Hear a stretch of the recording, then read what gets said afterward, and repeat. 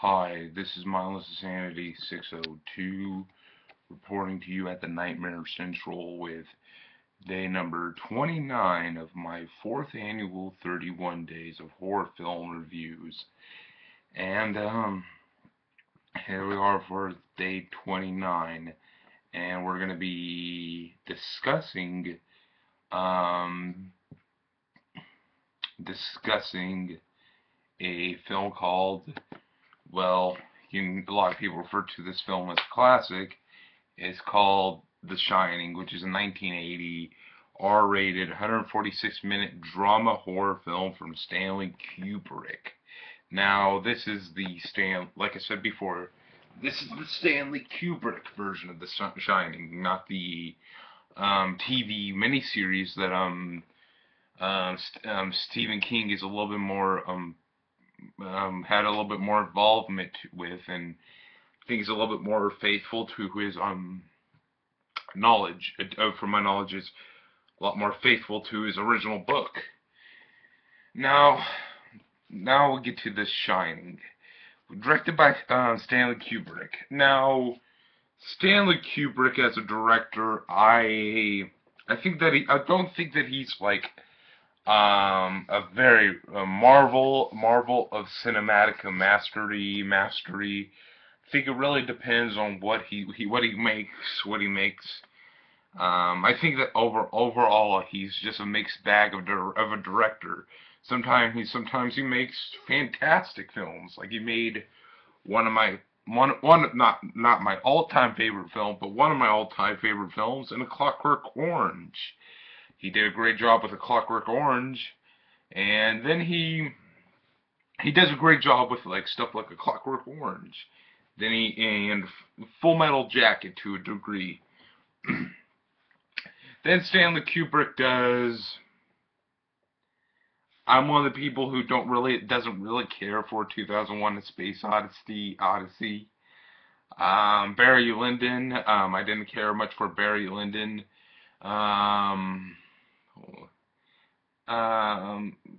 Yeah, I've only seen like 5 films from the dude. I plan to like explore more Stanley Kubrick films, but from the 5 films I have seen, sometimes he's a masterful director, and sometimes he's just film shit, and people go like, brilliant, what a brilliant film. And with his version of The Shining, which we're about to do here, I'm honestly on the side of on Stephen King's. I'm in agreement with Stephen King on this film. I don't really think that this version. I haven't even seen the made-for-TV version yet. Probably will see that eventually. But the TV miniseries. But I'm with Stephen King on this one. I really don't think it's all that great of a film. We're gonna get into the big reason why I think it's not all that great of a film. Anyways, The Shining is just basically the film starts out with Jack Torrance in this little interview with the owner of the Overlook Hotel, and when he's doing his little interview with Overlook Hotel, he says his wife is a major horror film addict, and overall this dialogue is just isn't interesting dialogue at all. It's very boring dialogue. So then we meet up with Jack Torrance, and Jack Torrance says his dialogue with the person there, and then we meet up with his wife, I think played by Shelley Duvall. Now I find Shelley Duvall. I find most of the actors in this to be really horrible. I really can't get behind them. We get Shelley Duvall. What does Shelley Duvall do throughout this whole fucking movie? Want to know what she does? She does absolutely everything and doesn't do anything other than just act like an annoying dunce. She just doesn't do anything in this film to me. Like Shelley Duvall just sits there, and just says, "All right." I really don't get I think the word's charisma. I don't get charisma. I don't get energy from her performance. I think that she does a very annoying, ear bleeding job in this film. I really don't think Shelley Duvall does all that great of a job in this film. And I mean no disrespect to Shelley Duvall. She may be the best, most kind-hearted person out there. I don't know. I don't know Shelley Duvall as on a personal level. I really don't. I'm just a film lover. I'm just a film lover doing this 31 days of horror film reviews, and this was one of the films that I've decided to pick. And I'm just viewing this from my own eyes. I mean, no disrespect to Shelley Duvall.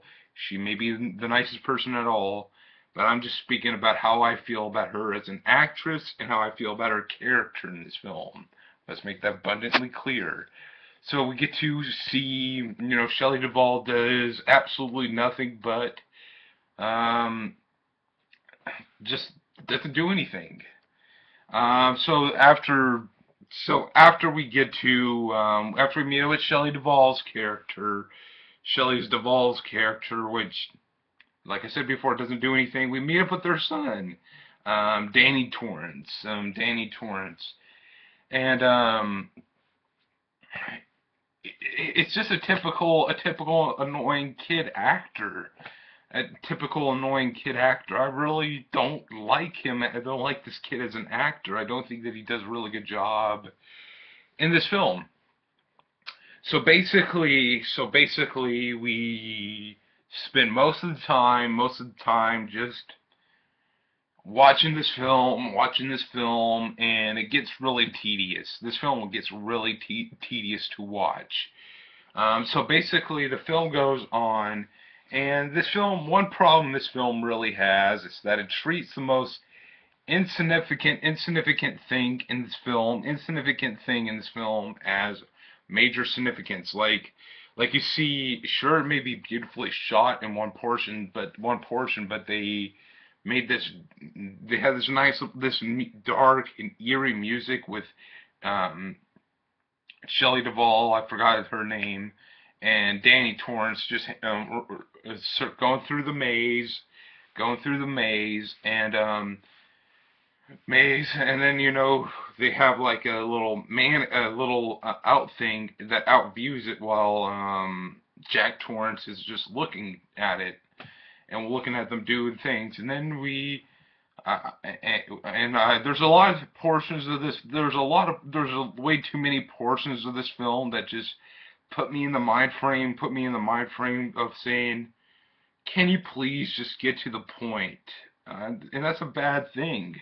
That's a bad thing.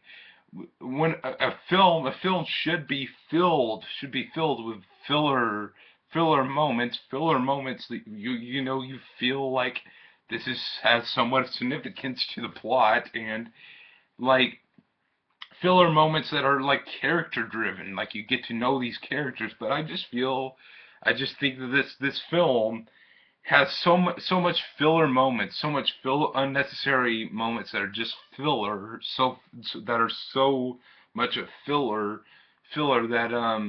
that could have just condensed this like 2 hour and like 32 minute or 22 minute 2 hours and 22 minute length movie. This movie shouldn't be that long. But it's Stanley Kubrick. And he feels like he has to extend the length, and just he's kind of like Christopher Nolan. He's kind of like Christopher Nolan.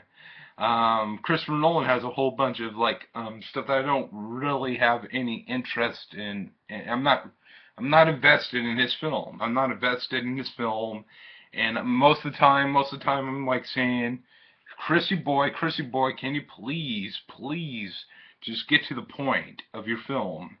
I really have very little interest in, hanging out with Shelley Duvall and Danny Torrance. Um, and I really have very little interest. And this film goes on, and it's really confusing. It's really confusing of whether it's uh, um, a, what is this film? Is it a slasher film? Is it a slasher film? Is it about Jack Torrance? Jack Torrance going through this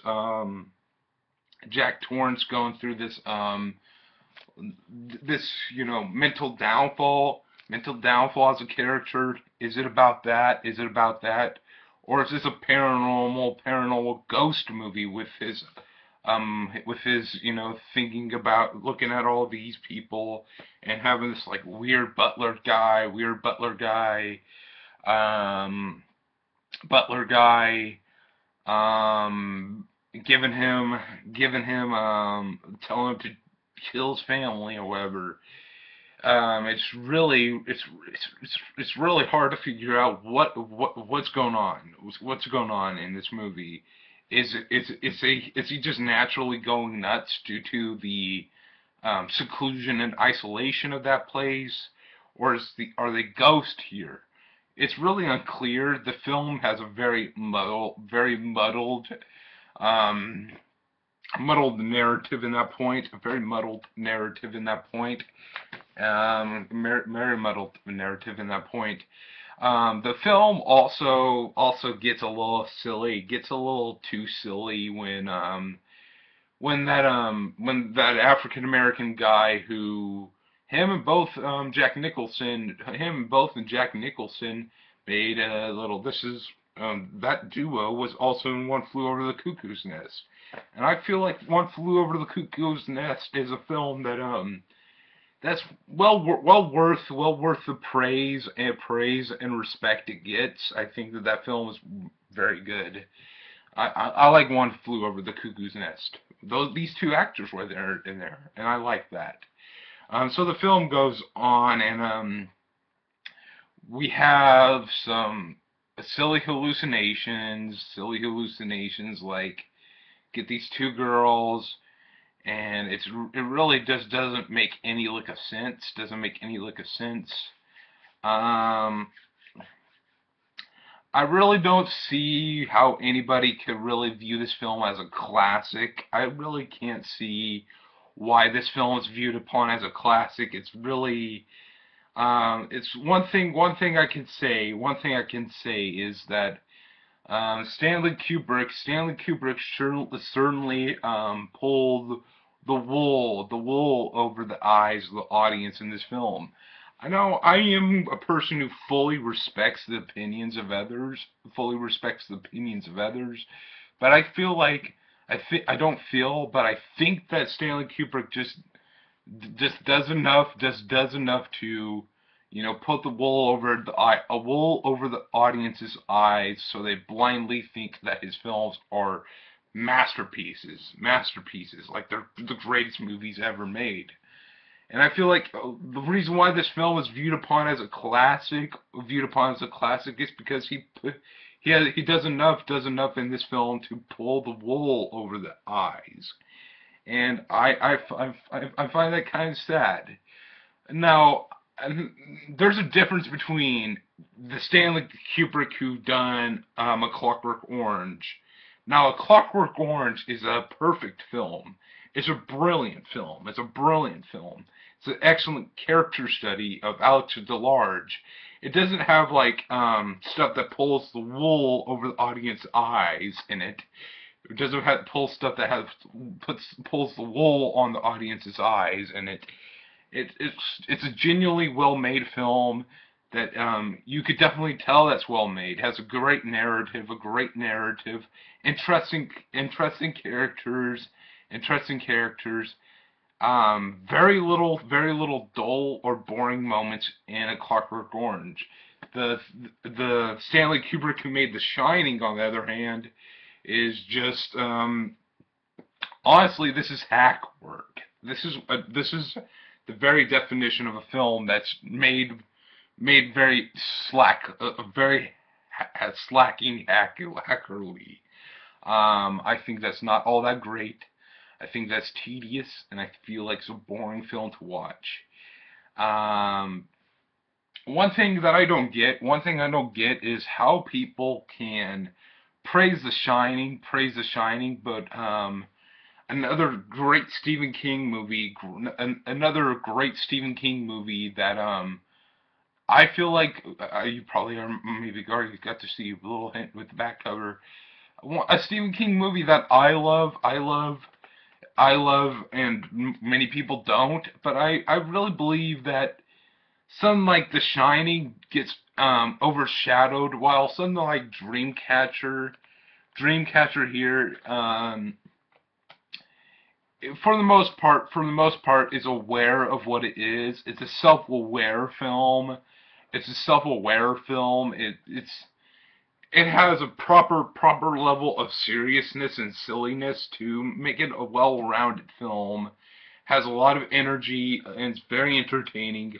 I don't get how The Shining could get all this love while something like Dreamcatcher doesn't. I think Dreamcatcher's a very much of an underrated film. I like Dreamcatcher way better than I do The Shining. Um, I full-heartedly believe that Stephen King is in his right for disliking this film. Disliking this film. There's a few good things about it.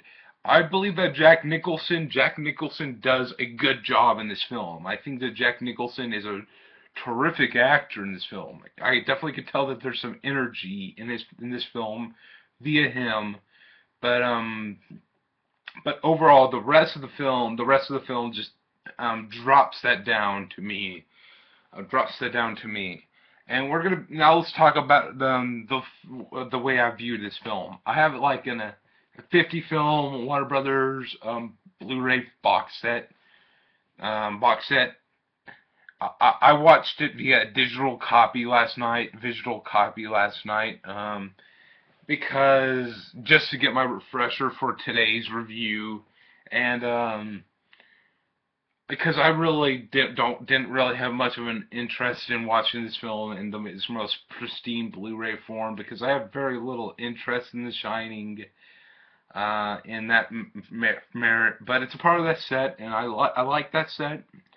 I like that set, but it's really too much of work to get that up and open it up and get to The Shining Blu-ray.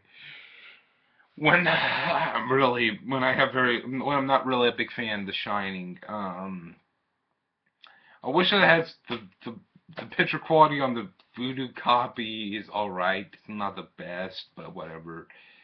Um, I seriously wish I was a fan of The Shining. I seriously do, but overall, I'm not really a big fan of The Shining. I think that's incredibly overrated.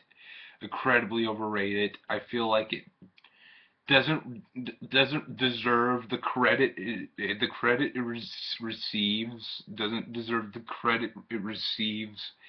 And I feel like there's better underappreciated Stephen King works out there, like Dreamcatcher. Dreamcatcher, for example. I think Dreamcatcher's underrated. I even think some of the Children of the Corn sequels are better than this movie. There's a lot better movies out there than The Shining. But that's the way things are. And this has been day number 29 of my 4th annual 31 Days of Horror Film Reviews. And I shall be back in a little less than 24 hours with day number 30. And that means that we have 2 more reviews to go. Well, one review, and one commentary. Because I want to make something special for Halloween Day, so we got a little commentary going on that day. But some of you may know, some of you may not know. But whatever. So anyways, The Shining, thumbs down. Anyways, like, comment, subscribe, and screw The Shining. It's overrated. I don't really care for the movie much. So I'll see you later. Bye.